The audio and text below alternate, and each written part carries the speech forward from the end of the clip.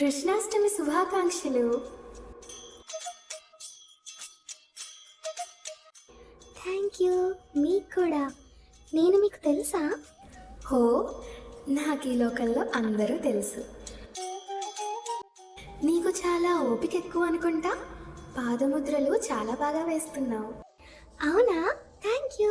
అమ్మ చెప్తూ ఉంటుంది, ఇలా చిన్ని కృష్ణుడి పాదముద్రలేస్తే మన ఇంటికి చిన్ని కృష్ణుడు వచ్చి ఆశీర్వాదాలు ఇస్తాడంట. నాకు బోల్డ్ బొమ్మలు కూడా కొనిపెడతాడంట. చాలా మంచి విషయం. మరి నేను కూడా నీకు హెల్ప్ చేయనా? ఓకే. నేను పాదముద్రలు ఇస్తాను, నువ్వు పువ్వులు పెట్టు.